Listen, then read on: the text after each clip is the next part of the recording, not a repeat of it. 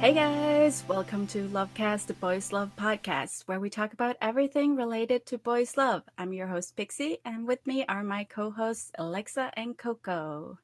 Hi, Hello, guys. everyone. Today, we're diving down the rabbit hole that is boys love manga. As we are not well read about it, we have two guests with us who have recently started their own boys love podcast, Rainbow Kaleidoscope. Their names are R and K. Welcome. Hi, Hey, thank you for welcome, having guys. us. Yay! So today you guys are the experts. Like I've read some pretty explicit stuff up the years, but I'm far from like an expert at it. So we're relying on you guys. We'll try our best. Yeah. Awesome. So I thought to begin, like, I know that a lot of people that listen to our podcast don't actually read a lot of manga. So I thought that you guys could give like an explanation of what it actually is. Do people know what comics are? If you know what comics are, make it Japanese, and then you have manga. So how do you like classify the different explicitness of it? Because you have some manga which is really fluffy and okay to read, and then you kind of get into the more dangerous areas. Well, that really is a question of like who you're talking to. Mm-hmm. Because on the one hand, if you're like me and Kay, who are a little more, shall we say, up to date with like Japanese usage, Mm-hmm. all of it's called BL, and then you have BL, and then you have R18 BL, or maybe Ero BL, which is the explicit stuff. But like BL could still be that stuff, you know. But if it's not, if it doesn't have an R18 on it, then you're like, okay, well, it's probably not like super hardcore, but there still might be sex in it, because BL actually is very unregulated in Japan, because you know, it is marketed primarily towards women, and women's sexuality doesn't count. Women's sexuality doesn't exist, you know, so like... They even bother regulating it. Yeah, exactly. That may change just because, like, BL manga has been getting harder and harder, and I mean that as in more explicit over the years. So there may reach a point where they're like, wait, this is like full-on porn. You gotta put this behind a curtain. But yeah, until then. Yeah, so they haven't gotten as far as like the tentacle messiness of it all. You can still get that in BL just as much. Yeah, you just don't have to show your ID to buy it. That's the key. That's insane. So it basically it doesn't exist for like the censorship. Oh, there's still censorship. Oh yeah. Oh yeah. Oh, the glowing parts. Yes. And also when publishers really want to play into that, okay, this is more explicit and we want adults to buy it, they will mark it with this mark of this is for people that are 18 or more. And they'll put it in special jackets. But as in general, like a general rule, it's like R said it, you know, you don't really need the ID. Yeah. So for those who haven't read a lot of mangas, yaoi mangas, boys love, they do censor the with either like, some of them have like just this bright white light on them, like making them look like a halo. The glowing private parts always make me laugh. Yeah. Or there will be like a black line through them, or just in general like pixelated sort of. It's really weird. I've never understood why they did that, because it's graphic anyway. So why is it that like the is the problem?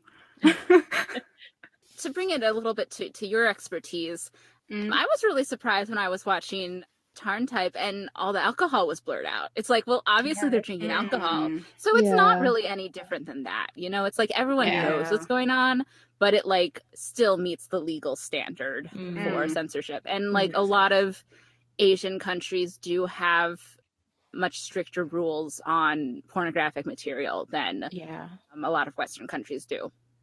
Yeah. So when I grew up, when I read boys love mangas, everything was categorized under either yaoi or I can't remember. Shonen ai.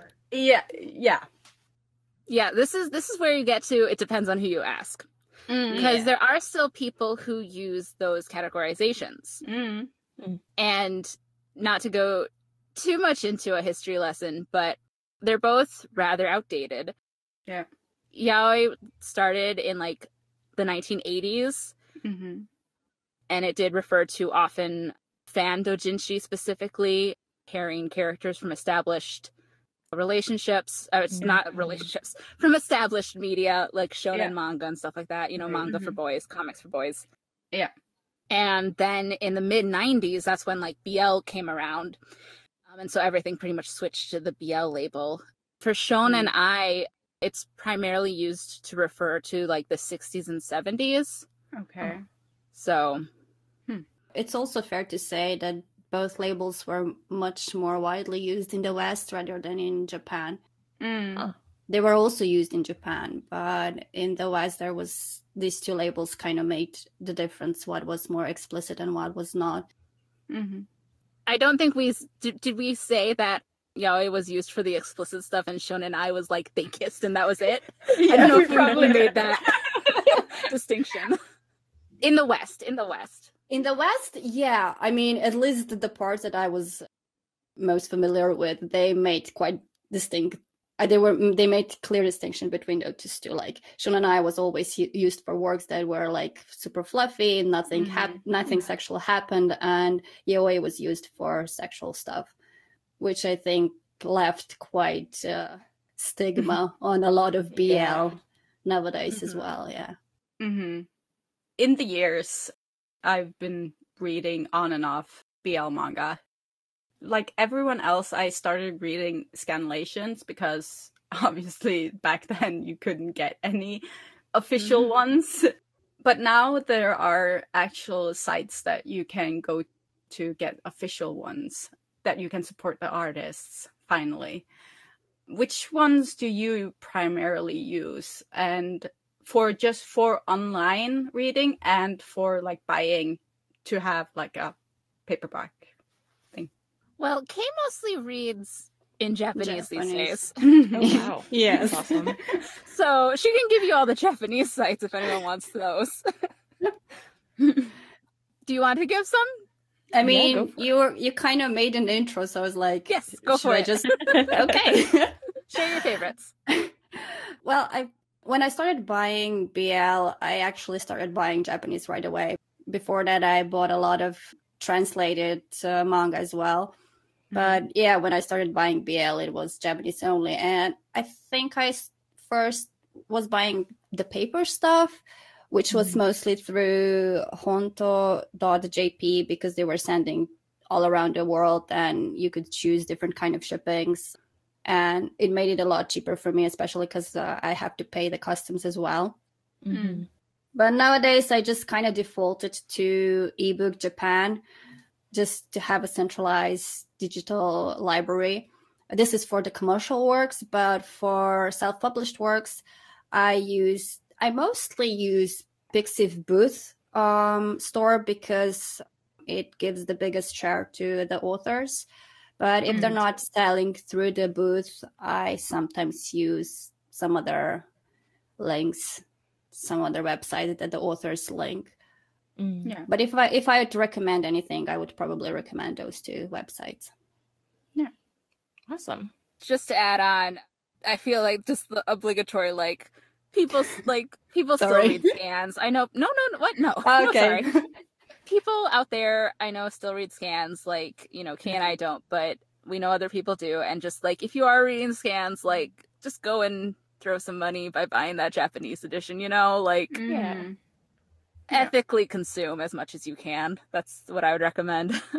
Yeah, we're all about that here too. If I add to that, it's not just Japanese versions.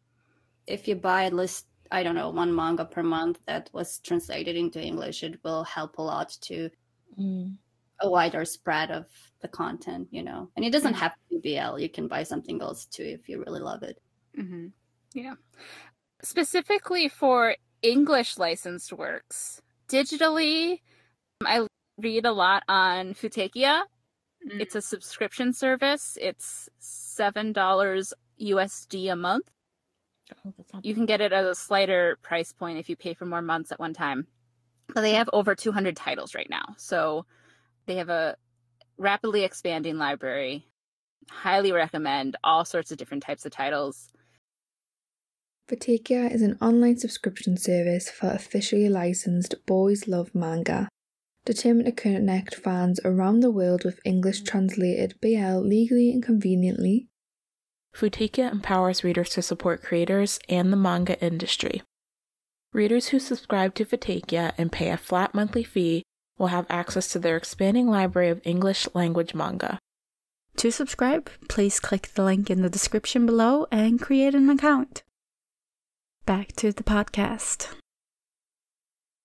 I use ebook Renta a lot. Well, that's for the Japanese stuff. I primarily go to those two. I buy some stuff off of Comixology now and then directly from sites like Sublime. Sublime is the only dedicated BL imprint for commercial manga, I think, in the US. Wow. And then for imprint stuff, well, I support my local bookstore. So I just buy it from them. It's like, oh, yes, go up. Well, before COVID times, go up to the desk and be like, hi, I have some books on hold. And then they give me all the books with all those shirtless dudes on it. And I'm like, thanks. They all know me. They all know what I get now. They know me by name. But yeah, there's, lots of options. And if you're outside of the US, like most of the print manga you can get wherever you get your imported print manga, whether that's be Book Depository or some other place that ships internationally. Yeah. I can add there, because I was buying manga before that too. You can also go to your local bookstore. Most of them are importing books from America as well, and you can ask them to import a couple of mangas there too. And, if you get to be a loyal customer, they might give you some discount. Yeah. Yeah. Just saying. That's awesome. That's a good idea. We love discounts here. Yeah.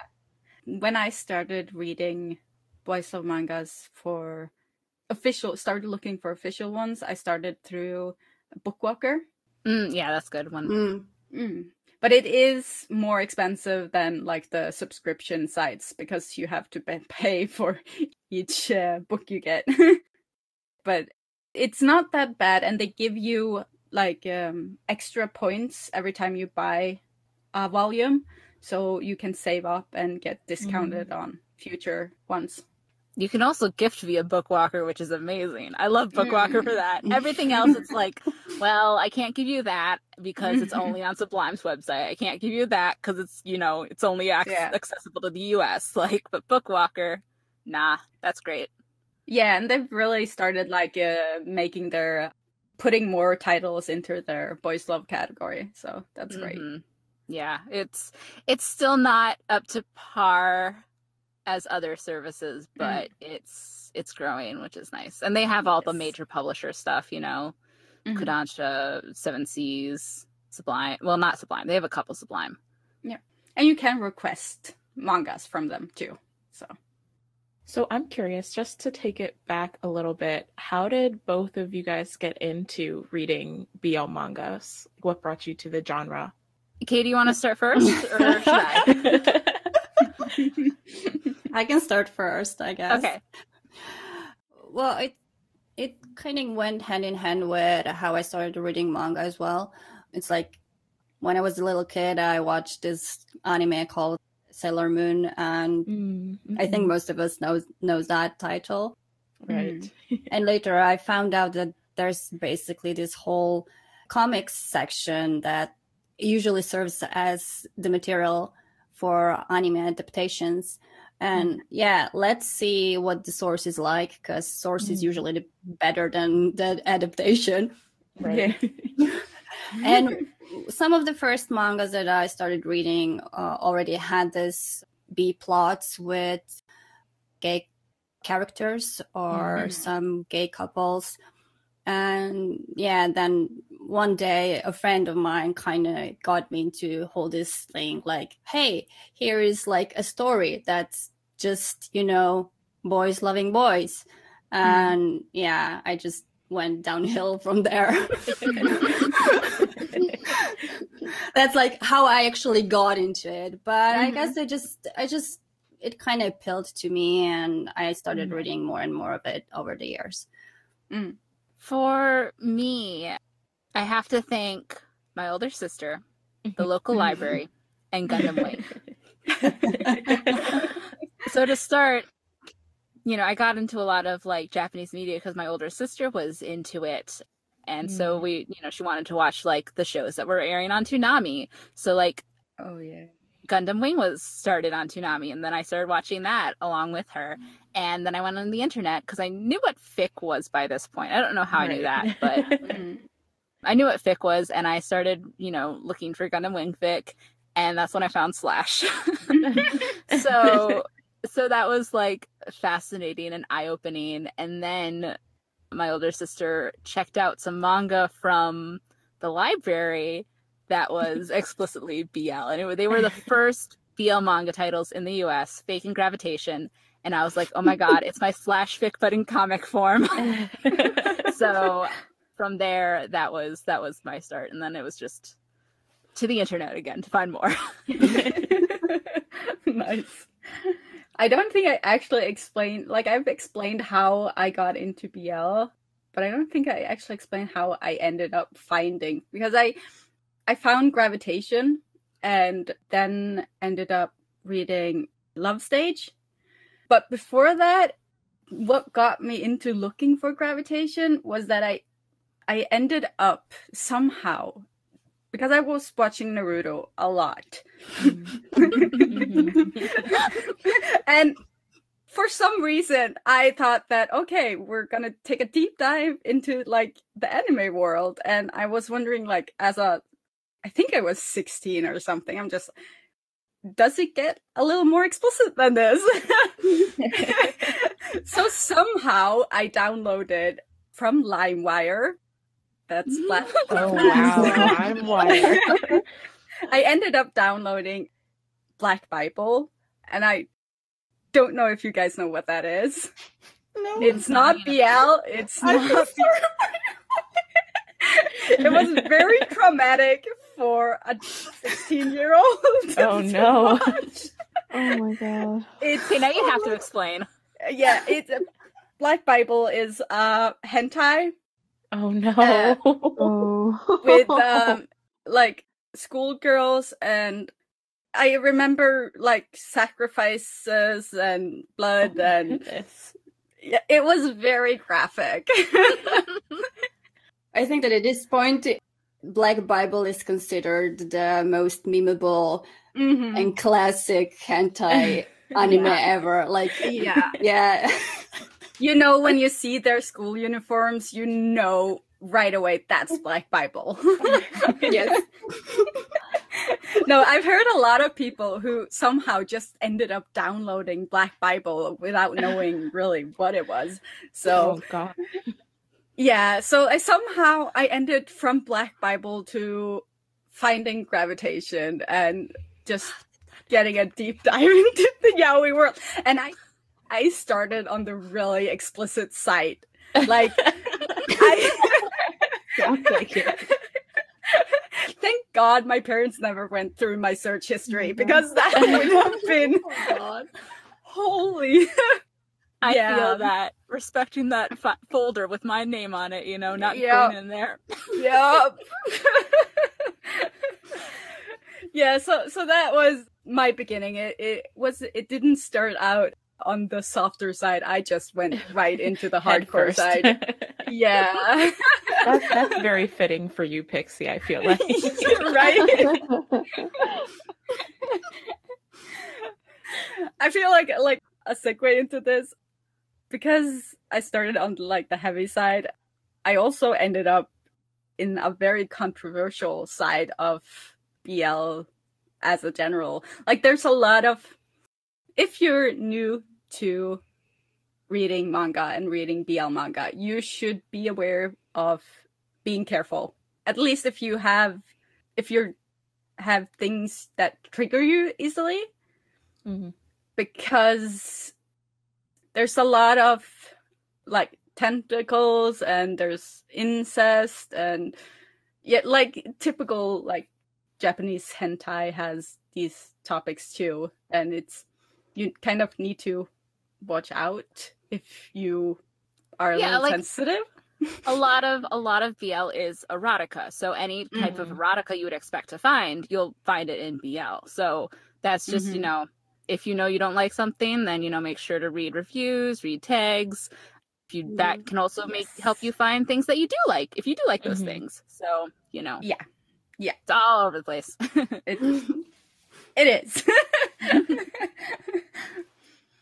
I wanted to ask, like, if someone is new to BL mangas, where would you recommend they start? Like, do you have like any specific mangas you would recommend? Yeah, R has a lot of great titles. I mean, because like especially in the past couple years, there's been like a lot of good like starting ones. Mm-hmm. Oh, They're generally not explicit. Mm. They're pretty safe for work. They're pretty sweet generally, and I always go for that because that's always the safe recommendation. Like if someone's like, no, I want the hard stuff right away, like that's a separate list. This is for the I don't know them. I'm going to assume that they want a gentle ease in to some nice romantic stories. Yeah. So like the big meme that's been going around is redrawing the cover for Go For It Nakamura by Shunde. Okay. That is not explicitly like a romance. It's just mostly a comedy, but it's an excellent starting point. It's very funny. It does play with some BL tropes. So Go For It Nakamura. It's just a really great, like, funny story about this, kid who has a crush on his classmate and like, wants to be friends with him. So it's, as I say, it's very safe for work. It's very sweet. Well, there is one sort of a little racy joke, but it's not like explicit really. I Hear the Sunspot is by Fumino Yuki is really charming. That's much more of a slow burn. There's actually 5 volumes in that right now. Ooh. And it's about these 2 college students. One is looking for a part-time job. One is hard of hearing. And so he hires the kid who's looking for a job to take notes for him. And then they slowly, like, attraction blooms. But it takes a couple volumes for them to, like, get there. But yeah, I read that one. I read that one. It's a slow burn, but it's really cute and good. It's in my like favorite yaoi shelf. That sounds right up my alley, honestly. It's like one of my favorites. I actually took a break from reading manga in general for several years because I had different interests. And I went back to be like, what's going on in like BL and manga these days? And that was the first one I picked up, and I was like, oh my god, I need to just keep reading. Yeah, good start. Our Dining Table, Mita Ori, that's, about these 2 guys who start cooking together. Aww. Just really sweet. Classmates by Nakamura Asumiko. I will give up a heads up that there is a teacher who creeps on one of the students, but it doesn't go anywhere with that. But yeah, one's very sweet about these 2 classmates who fall in love. Yeah, those are some. And of course there's things that like, and that has like an anime movie also as well, which is a pretty faithful adaptation and is really lovely. If you want to go more into like solidly like a little less safe for work, is how I say, but still not like super explicit. Given by Kizunotsuki. Yes. That's really popular. That, again, it's not really explicit. I've only read a couple volumes of it so far, but just more like sort of hinting at. But it is. Yeah, anyway, I don't know where I was going with that. My mind blanked. But that has an anime also, if you'd prefer to start off watching an anime, if that's like a little bit of an easier entry for someone. I have seen that anime, actually. It's really good. Yes, well, if you want more, the manga is... Actually, I didn't know it had a manga, so like that's really cool to hear. Yeah, and then it's nice because, you know, you've got the music in your head from the show, and now you can go read the manga and imagine that. Yes. And the manga covers a lot more than the show does in the end. It's long going, so... Nice. I had a couple other ones. Oh, Lincoln Ring by Tsuyuki Yuruko. If you're looking for like a very tender, slow romance that does have a little bit of sex in it, it's on Futekia, which has a 5 chili rating, where it's 1 chili is like the softest stuff, where there could be no sex or just a little sex, and then 5 chili is like the hottest. It's like the most explicit. It is rated a 1 chili, but it still has, you know, just a little bit of sex to just sort of ease you in as the characters ease in, because it takes a lot for them to like, get into it. Because they're like, wait a minute, like, it takes a lot to like use that to have sex. So they have to, you know, practice. Yeah, I can get into more heavier stuff. Actually, if we just want lists, what? I would actually recommend 2, just because I know they're actually translated now. One would be Canis. They're Mr. Rain. Yes. It does have a bit more serious story, I guess, though it doesn't appear like that in the very beginning. But it talks about a hat maker and a boy that came from another place to Japan, where he wants to die, and the two meet. Oh boy. Okay. I find it a very beautiful manga that focuses on healing, I would say. It's not really explicit. At least in the first 3 volumes, you have only one sex scene in the end. And then you do have a second part of the story, which is not translated yet. I don't know if it will be, but that one's a lot more heavier. But if you'll read the first 3 volumes, I guess you won't mind reading the rest. And the other one is actually one that I talked about in our first podcast, which is Can I Buy Your Love from a Vending Machine? Oh, yeah. It's this one's a really nice story because it's about 2 queer people that end up together, but they really are afraid of taking one step forward. So the whole story is a lot about how they communicate with each other and how they find their way together. It's a really nice story. Yeah, I think those 2 is what I would add to this list. To be fair, we also talked about Canis in our first episode. Sorry. No. I'm just saying we talked about both those because we have. I know. It's just like, why didn't I remember that? Because I didn't talk about it. Like, how rude.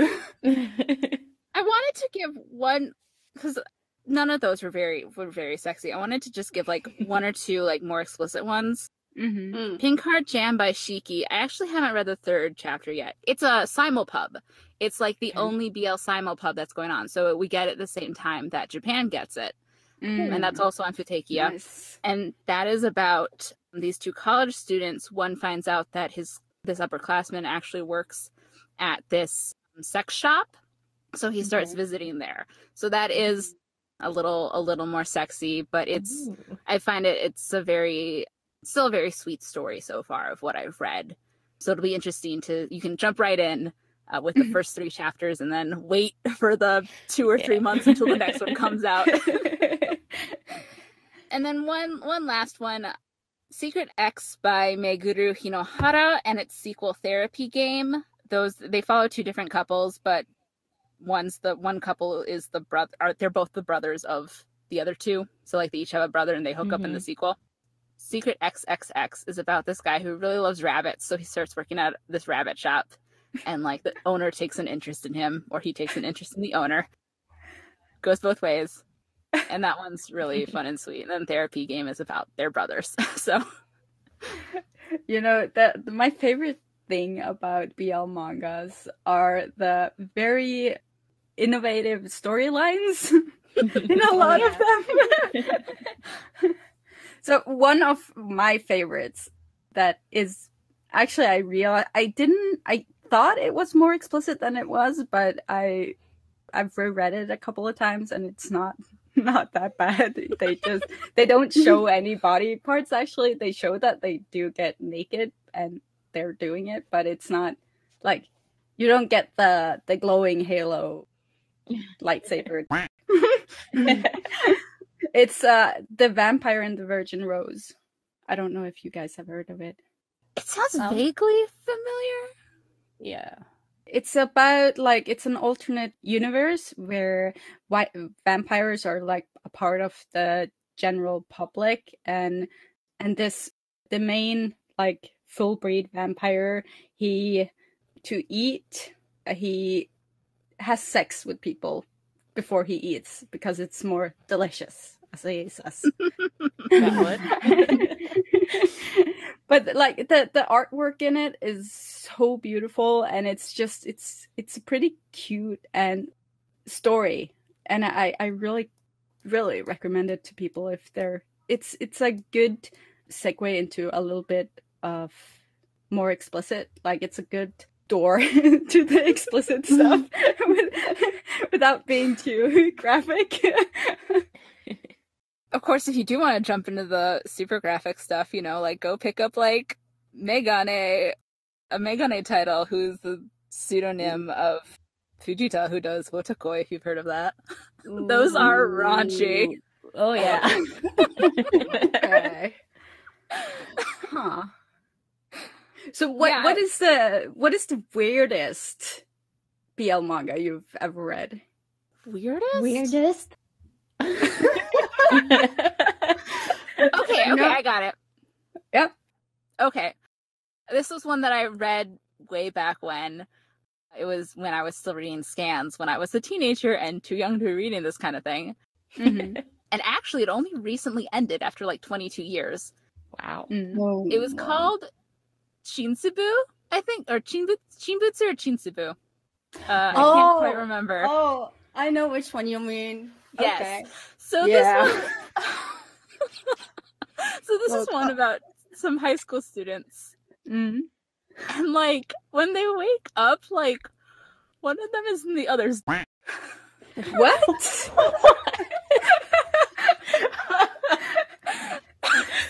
So it goes through, and it's like they have to just talk to their all the time because there's like other people in their now.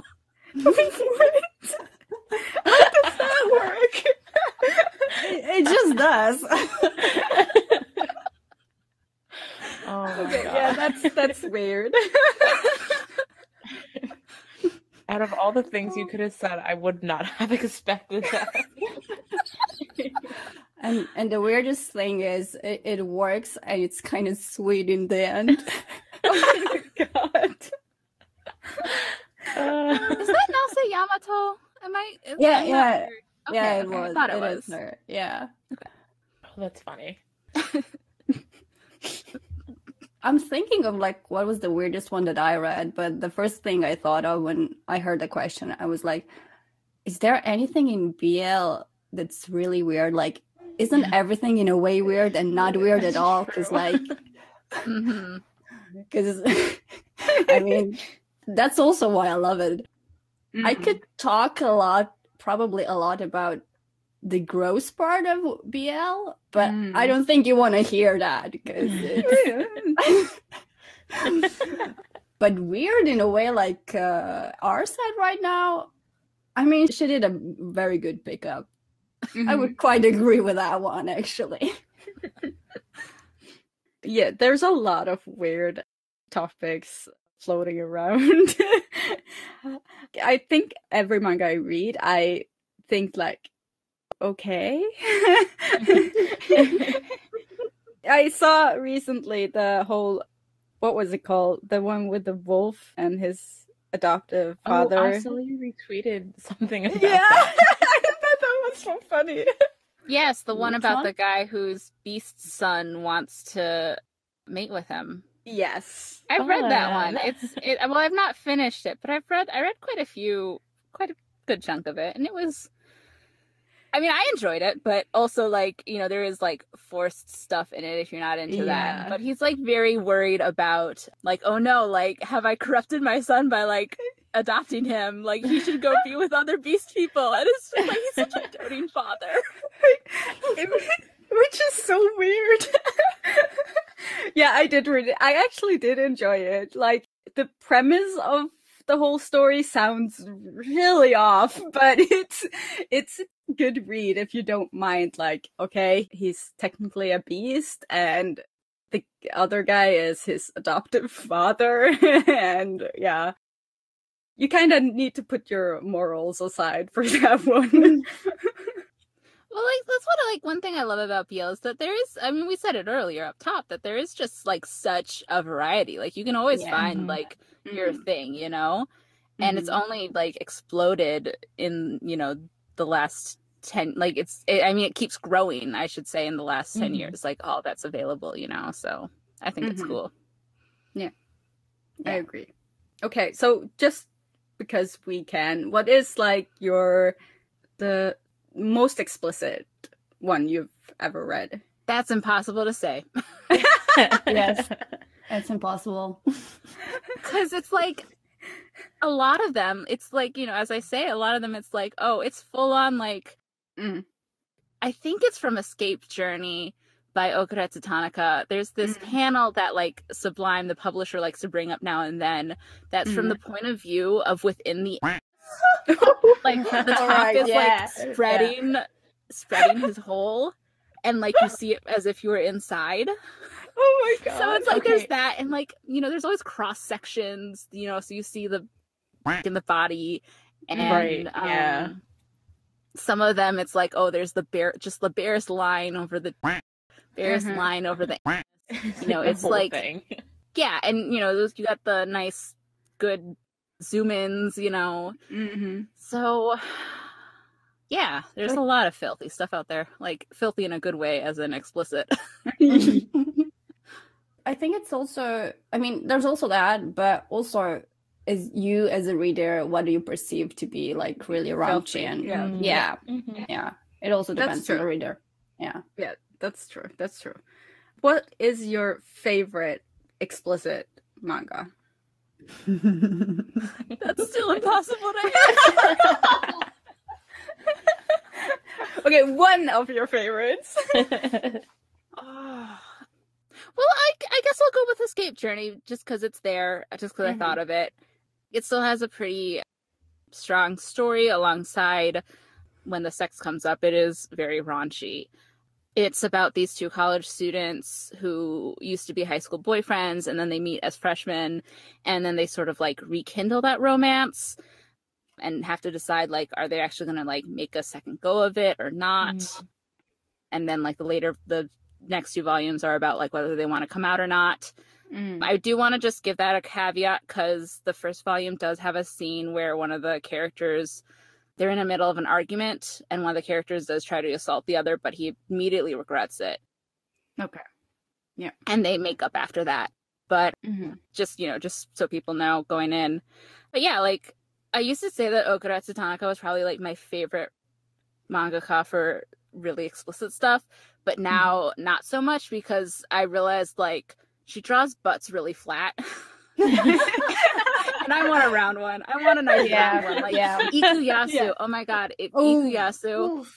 Oh my gosh. Those are round butts, round chests. My gosh. Nice. Yes.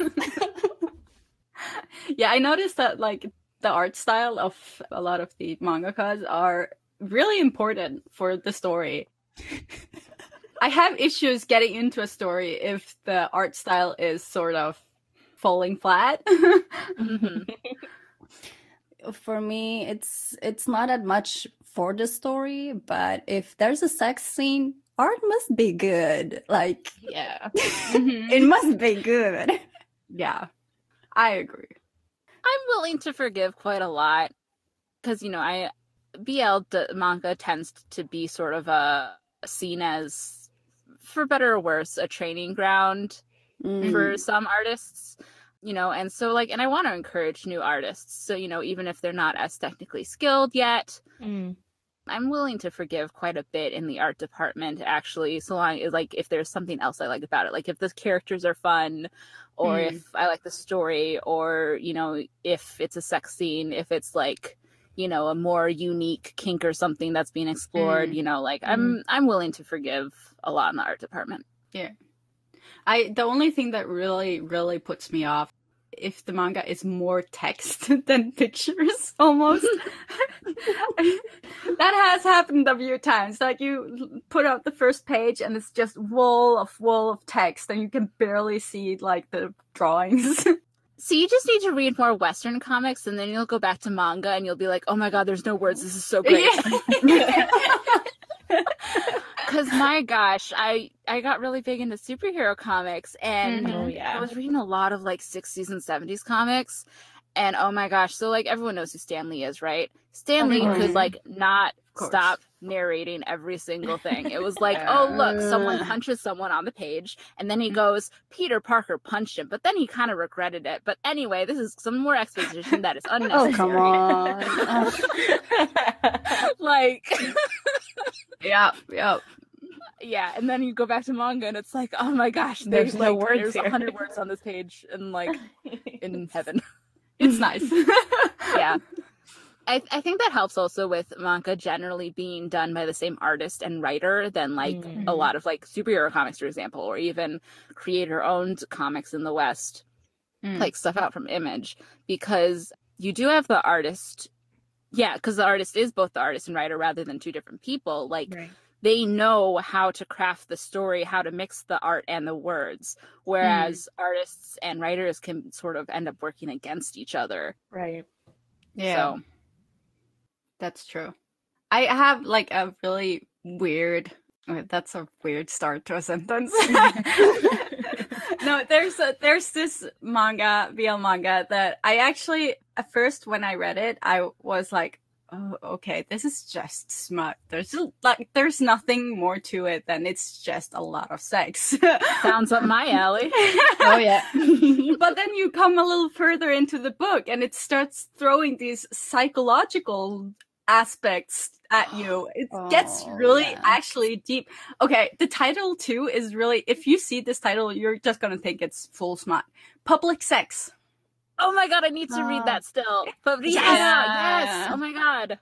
I mean, in the first few pages or whatever, in the beginning of the story, you think that it's just it's public sex. Like, they're having sex in public all the time. but then they introduce like this sketchy I don't want to ruin the plot, but like they introduce like psychological aspects to the story that make you go, oh, holy shit. Like, I was so surprised that a manga that's called public sex, that basically is public sex just in the beginning, just turned out to be like giving me like this whole mind-blown experience. But I can really, really recommend it. If you like a little bit more on the smutty side, it's a really good read, and like the plot twist and whatever, it's just really well done. Yeah, Nice. I need to read that still. I actually own it in like a couple different formats. It's like on one site I own it, and then I own it on another site because I forgot that I owned it on a different site. Yep. And then it's on Futekia, which I have, a subscription to, so it's like, all over the place. Yeah, it's telling you to read it. I have so much to read, though. There is so much to read. What do you guys think? Because I saw just like a discussion about scanlations, where they redraw It's led to many misunderstandings. Oh, yeah. People don't understand because it's like, they think, because some people don't know that Japan legally has to censor stuff. So with the redrawn, they think, that's what it actually is like. And then if they get like if they either get the Japanese edition or if they get the English translated edition once that's licensed and it's not decensored or then they're like, wait, this isn't what I expected, and then they'll get angry and then they won't support the official anymore. Yeah. I also think that, I mean, scanlations are basically stealing artists' works already, but they're also misrepresenting the work itself when they're redrawing. Like, you have no idea if the author would actually draw the like that. Yeah. That's the first thing. But also, it's like, it just leads to so many misunderstandings and troubles on so many sides. It's kind of like, it's another excuse to be like, well, I want this redrawn. I don't want the censors. Or even the uncensored stuff because it's not as big and bulging as the uncensored one. The redrawn one tends to be, because they often tend to be big and bulging. And Yep. Yeah, I remember the first time I saw one of those redrawn ones, and I was so confused because you could see that like the art style of the was different from the art style of the manga in general. So I was just like, what is this? And I had never seen that been done in Japanese manga before. So I was really confused, but they added like, at the end, they add like a recruitment poster for people who can redraw and just like this hashtag of hashtag. I can't remember what the hashtag was, but it was something like give us the or whatever, no censorship. Yeah. I was just like, okay, I don't know how I feel about this. I mean, I understand this desire to have like the full picture, especially because in the West, this kind of explicit content is marked as explicit. So it's for adults, even if it's censored the way it's censored in Japan. And recently you have companies like Sublime and some Dojin specific publishers. I think Rotten Blossoms does this as well, just as much as Irodori Comics. So like those are at least 3 companies that I know of that are publishing less censored or not censored content as well. So, because the West does enable that. So slowly we might get there, but this is going to bring also certain restrictions with it as well. Right. So, but we're not going to get there without support. That's what I wanted to say. Yeah, but it's the same with like the live action BL, like from Thailand and everything. Like it's very recently that they started adding subtitles and you can watch it without going to unofficial translators. So like things take time. So especially with Japan where everything like crawls right now. Like I was so surprised when they put Cherry Magic on they put it on ETV and Crunchyroll. Yeah, really fast. That was a shock. That was a genuine shock. Yeah, right. That was insane because we started watching it through Fansubber because like if they're not going to give it to you, then I understand that you need to get it from other sources. But once they started releasing the official ones, we redirected people to that one, of course. So it was amazing. But it's a slow crawl for getting the manga and getting the TV series for international fans. It's slow, but it's slowly getting there, if you know what I mean. Yeah, we're getting there. Yeah, so it's so important to really support the official stuff that's coming out and just don't go the easy route by using these unofficial sites and stuff when it is pretty easy to get the official ones now. Yeah, I can add there firsthand that it really is important that you support official sources, especially if you want to see more of the translated stuff. Like I said in the beginning, start with one copy of whatever you liked, buy it, and this is really the only way how you can contribute to getting stuff faster, getting better stuff, getting the stuff that you want. It's money that turns the world around in the end. Yeah, it is. I mean, as unfortunate as that is. It's true. One thing specifically with Cherry Magic, and the frustrating thing was that I don't know about WeTV, but I know Crunchyroll isn't available in every country, but it's mostly Asian countries it's not available, but it is available in much of the world. And I knew once they got Cherry Magic, I knew a lot of people who were still watching it fan subbed. Yeah. And it was either because they didn't know about the Crunchyroll release and the fan subbers were still going and subbing it, or it was because it was behind and they wanted to keep on top of it. And it was like, that was the big part. Just be patient. Like, please just be patient. Yeah. Or at least, like, if you're gonna also watch the fan sub, go and watch it again on the official links too, so people know that you know you're also gonna view it officially. Yeah, because I don't know how well Cherry Magic actually did on Crunchyroll. Like, I don't know if it was successful or not. I know people did not go. I asked people to, and I know that they did not go and do exactly what Alexa said to do, you know? Yeah.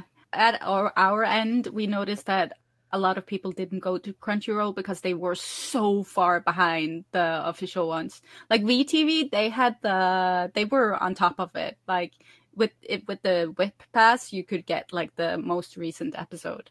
But on Crunchy, they were a lot behind. It's kind of sad because, like, at least, like it was said earlier, at least go and watch it a legal version later, you know? Yeah. I mean, if you don't want to watch it again, then let it play in the background or wherever, because even that number means a lot to the publisher, you know? You can have like a subscription to Crunchyroll and you think like it doesn't matter how many stuff I watch and what I watch, but it does. It does. I mean, the previews count too, you know? Like, even if you don't have a subscription, like, you know?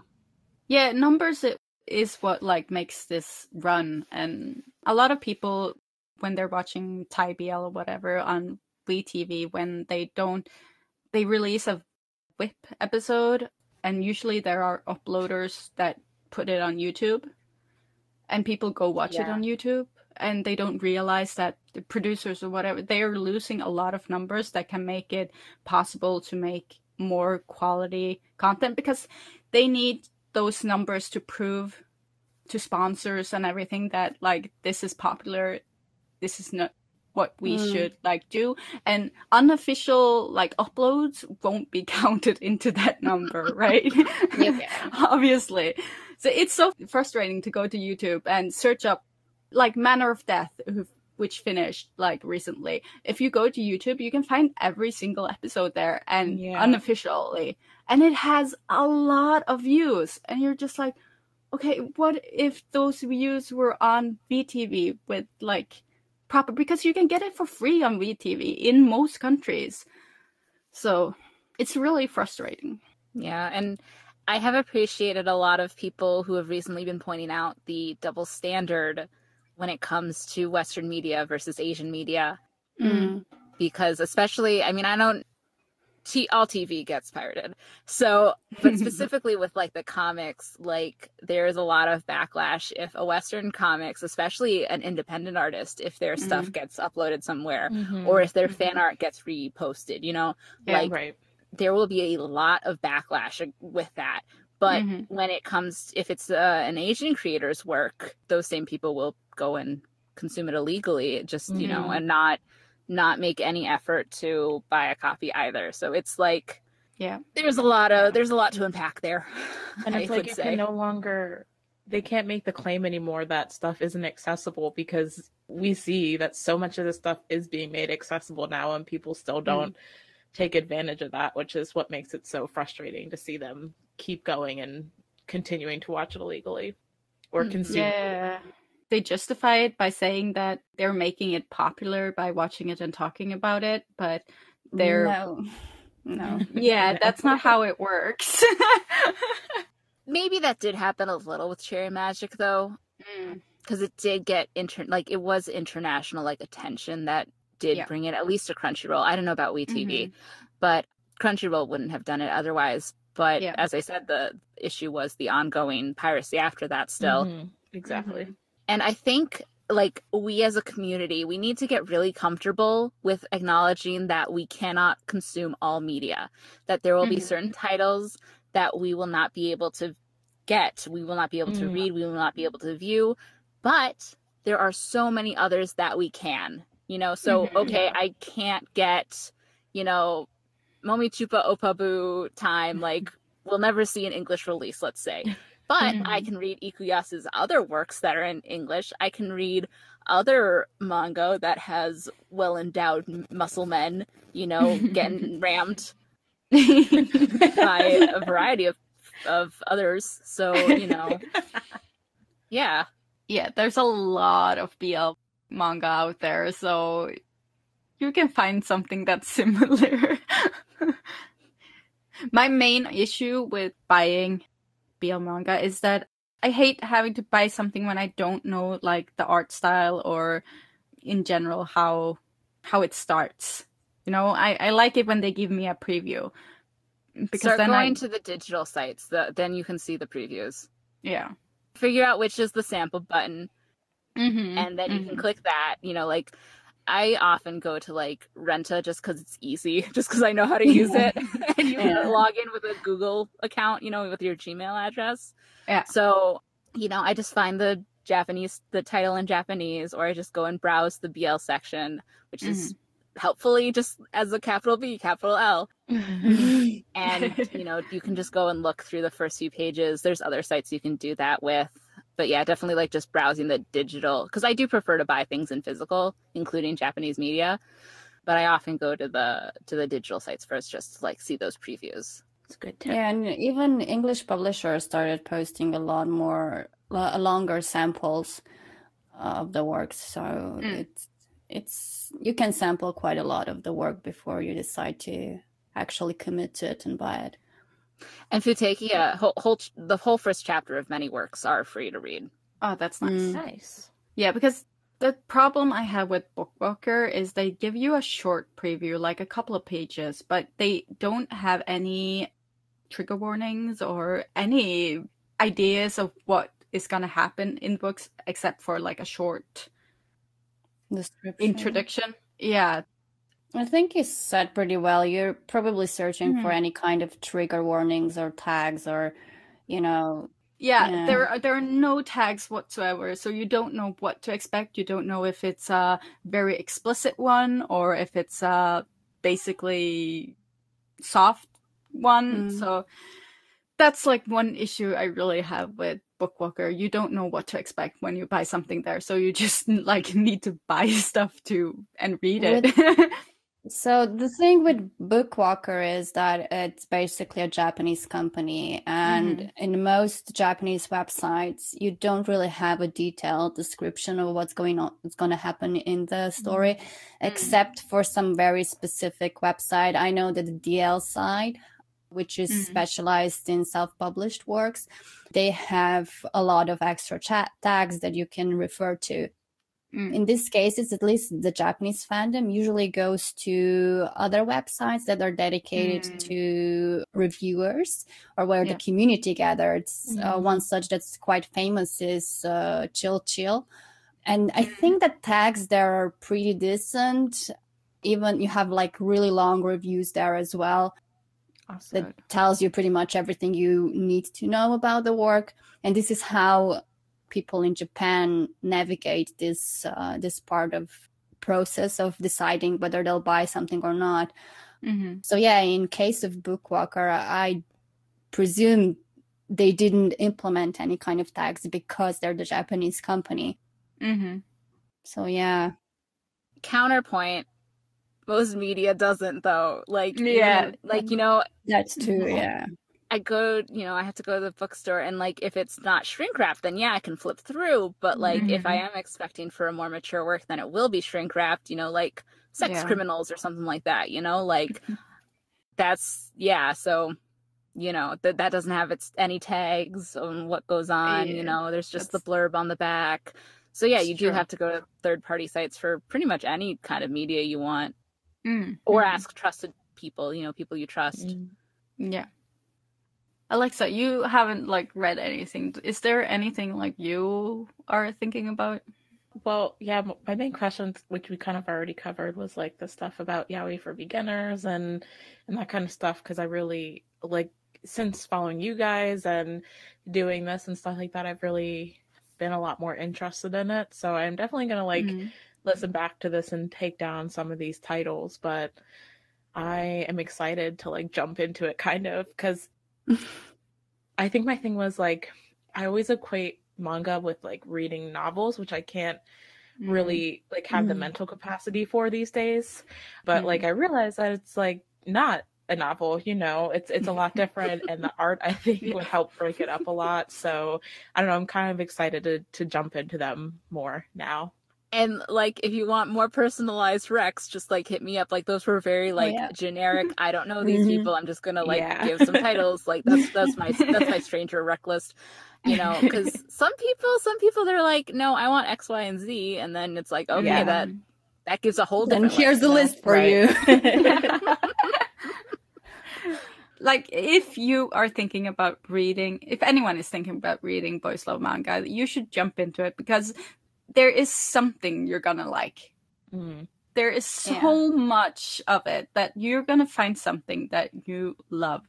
You just need to do some research for it. I agree with that.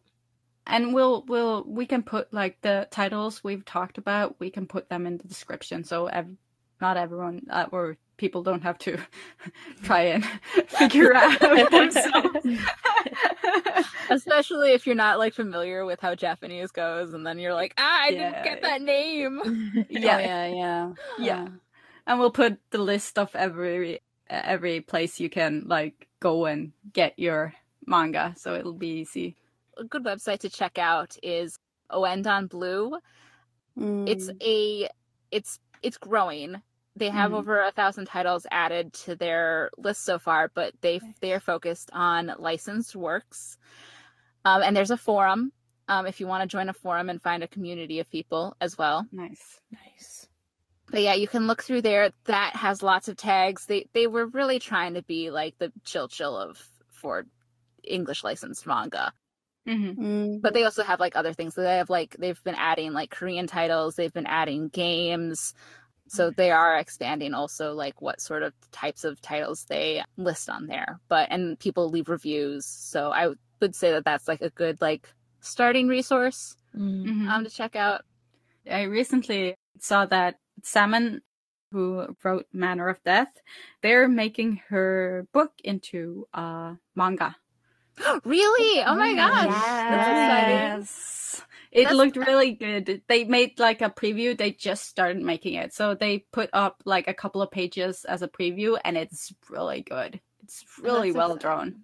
Are they drawing it, or is there someone else that's drawing the remake? I think it's a Japanese company who's... okay. Yeah, Together has a manga adaptation by, I forget his name, but he did the art for an upcoming manga that people are really excited for, Bad Boys Happy Home. But yeah, so Together I know has a manga. Now I'm going to add Manner of Death and search for that to my list. From what I saw from the first pages, it's really true to the novel, which is really different from the TV series. So if you don't want to read the novel, the manga will be a good like place to get the whole story, because it's very different from the TV series. Yeah, that's usually the case with manga adaptations. They tend to be a bit more faithful to the source material, or just really add a lot to the source material, depending which route it is. But when you have this like TV drama acted version, I suppose they need to do a lot of changes, to fit a certain format or certain rules. Yeah, especially with Manner of Death, since it's like a crime and mystery thing, you kind of need the pacing to be different on the TV screen compared to the book. So yeah, they really, really changed it up. But I think like separately, the novel and the TV series as separate things are really good in their own respects. Like they did a really good job adapting it. So I'm excited to read the manga. I'm really excited. I am looking forward to that too. Mm-hmm. Yeah, I'll look into it too. So do you guys want to tell us a little bit about what you're gonna like? You just started the podcast, so what are your plans for it? What are you primarily going to focus on? Do we know already? Some hard-hitting questions here. Yeah. Well, we do have sort of just a variety of topics. Like our next episode is going to actually be about the Chill Chill Awards, which are fan-voted awards for BL media, primarily manga, but they have, a couple other categories there too. Mm-hmm. We have an episode in the can where we looked at some older titles, and we're going to do another one of those. We have lots of we're going to do, the big Scanlation episode that everyone's required to do, just sort of a lot of stuff. And we're very open to hearing what people would like to hear about from us, because we clearly love talking about this. Mm-hmm. And yeah, so we'd be happy to, take any suggestions under consideration if anyone, wants any or has any to give. Yeah. We'll put it in the description too, but if you want to let us know when and where we can listen to it. Yes. Yeah. Our podcast is Rainbow Kaleidoscope. You can find us on Twitter at RainbowCalPod, that's KLPOD, or on our website, rainbowcalpod.wordpress.com. Nice. We release on a very slow schedule right now. We're going to be every 3 weeks, which is a little different, I know. But that's what we can manage at this time. I am super impressed that you guys do weekly. I could not imagine doing that right now. Yeah, let's say that we started recording many weeks before we let it out. So we had, it's a nice weekend treat. Yeah. Getting stuff off your chest that you're thinking about. And of course, very fun to be able to talk to all of these actors and authors and podcasters. Your lineup is so impressive. I'm just like, wow. Honestly, same. Sometimes I'm just like, how did this stuff happen? We've been very, very lucky. Do you guys have anything you want to add, or? What's a good Thai TV drama to start with? Because now you have like a total newbie on this side. Oh boy. Oh, there's a lot. Yeah. And preferably recent. Okay. Yeah, it kind of really depends on, like you guys said, like what you're looking for. If I had to give kind of my general recommendations, I would have to put together in there just because it's been so immensely popular. I feel like at this point it's kind of become a staple, and it's a really light and easy, fun watch. So if you're looking for something more in the light rom-com realm, Together is a really good one. One of my personal favorites, which is more on the heavy side, is Until We Meet Again. Please. Yes. Pretty heavy trigger warning for that. Like, it starts off with a suicide scene, so like it's intense, but it's so beautifully done. Like, it's a really great story about soulmates and the red string of fate, and the acting is just incredible. So I think those are two that I would kind of give for good starter ones. What about you, Pixie? Yeah, I would say the same. Like, Until We Meet Again is one of my favorite Thai ones. It gives something to everyone too, because you have like this really soft and fluffy couple, and then you have this more like raunchy couple without it being explicit, of course, because it's Thai. Do you have any recommendation that has sort of heavy topics in it as well? There was a special. I haven't watched it because it's a topic that I'm not great with watching, but The Effect, I think it's just short 3 episodes, but it's pretty heavy on, like, it deals with like the character experiencing a sexual assault, and like where some Thai BLs tend to take the comedic route in dealing with that. Like they went very much into real experience, realistic reactions, and the aftermath of that. And I know a lot of people thought it was hard to watch, but they thought it was like very well done, where a lot of Thai BLs tend to drop the ball when it comes to touching on sexual assault and that kind of topic. Like I said, I haven't watched it, but I know it's just a couple episodes, and I've heard really, really good things about the way they handled it. What was the title again? The Effect. The Effect. Okay. Yeah, and there's a movie called Your Name Engraved Herein. Oh. Yeah, I just watched that. Yeah, it's pretty heavy, and it's really well done. So, could you call it a sad ending? No, well, I would say kind of an open ending. I definitely don't think it's sad, but it's not like you're happy go lucky. We end up happy together in the end type of thing. But I would say it's like it has a positive up end to it, but I wouldn't necessarily say it's like happy, if that makes sense. That definitely sounds something I will probably like. Yeah. Yeah, I just watched it this weekend. It was really good.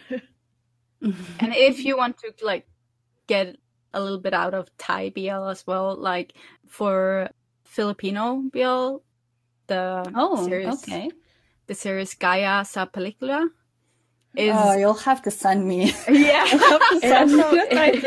It does have an English title. So the English title is like in the movie. But it's also stunningly done. Very good commentary on like the queer experience. Another one that I cried a lot through. Yeah, it took Alexa forever to watch. Yeah. No, but it's worth it. Like Gaya sa Pelikula is like my favorite old-time BL of all the ones I've watched. I really love it. Yeah.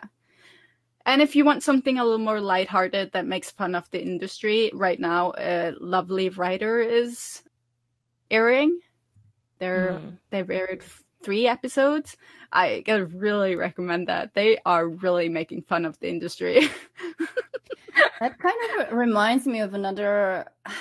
Well, I don't think it's really BL manga, but it definitely caters to the BL readership. I won't remember the full title right now. I can search for it while I'm talking about it. But it's about a character that lives in a BL world.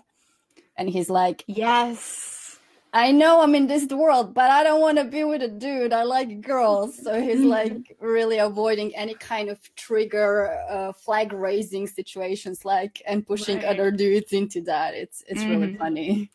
Yeah, actually, our like news person on our Discord server, she posted about that being made into live action. Yeah, that's gonna be like I think this is gonna be a movie or TV drama. I forgot. I think it's a drama. Yeah, I think so too.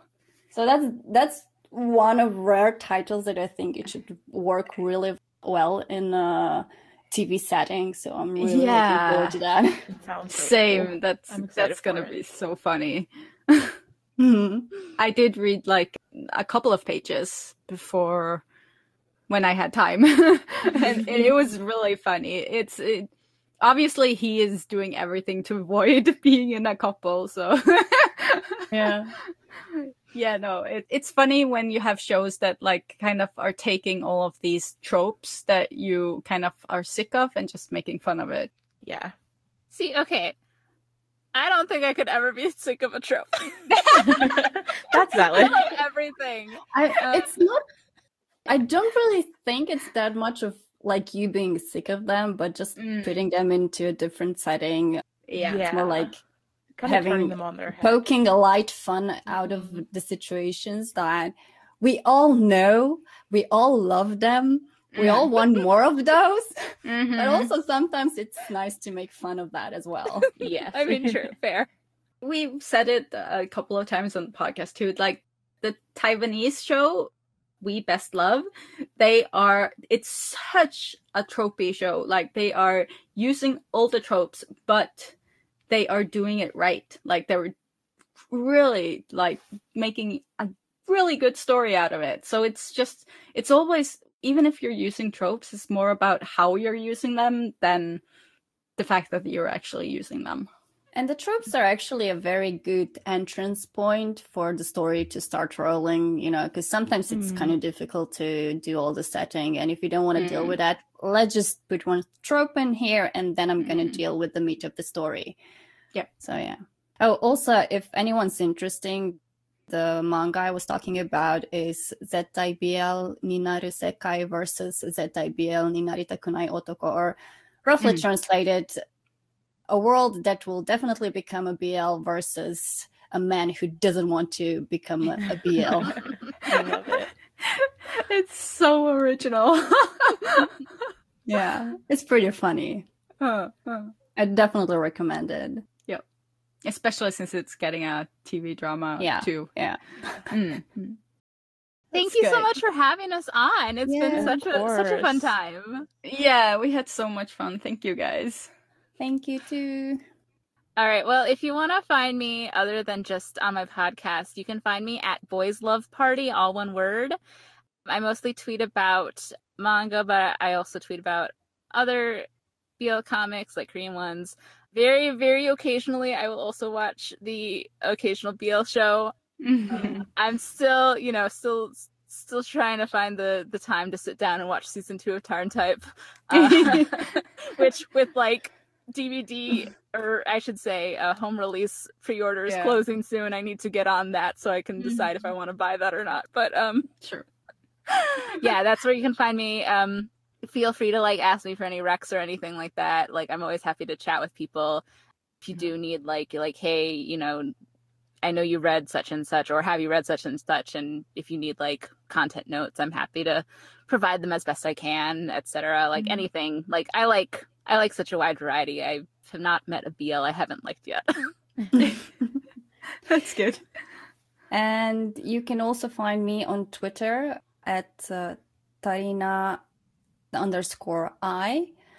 And I mostly post about BL that I recently read, but mostly just the highlights, because I try to insert a few screenshots that I found sort of a turning points in the story, or what attracted me to the story. I usually do really short reviews with it as well, so you can maybe find something there that you might like as well. Obviously, you can also ask me for some specific stuff if you want to. Yeah, I guess that's it for me. Nice. And we can put those down in the description too with your podcast info. Yes, we will. And for everyone listening, if you have read any mangas, BL mangas yourself, leave them in the comments. Give us some recommendations if you have any. And subscribe to the channel if you're on YouTube, and like the video. And we'll see you next week. Bye. Bye, guys. Bye.